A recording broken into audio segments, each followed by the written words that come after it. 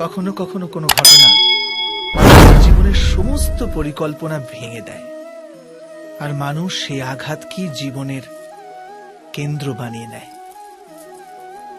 কিন্তু ভবিষ্যৎ কি মানুষের পরিকল্পনার আধারে নির্মিত হয়? না।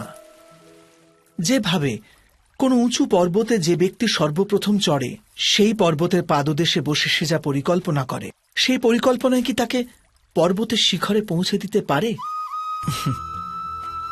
না। বাস্তবে সে ব্যক্তি যত উপরে ওঠে, তত নিত্য নতুন পরীক্ষা, নতুন বিড়ম্বনা, নতুন ধরনের অবরোধের সম্মুখীন হয়। প্রত্যেক পদে তার পরবর্তী পদক্ষেপ ঠিক করতে হয়, প্রত্যেক পদে তাকে পরিকল্পনা বদলাতে হয়।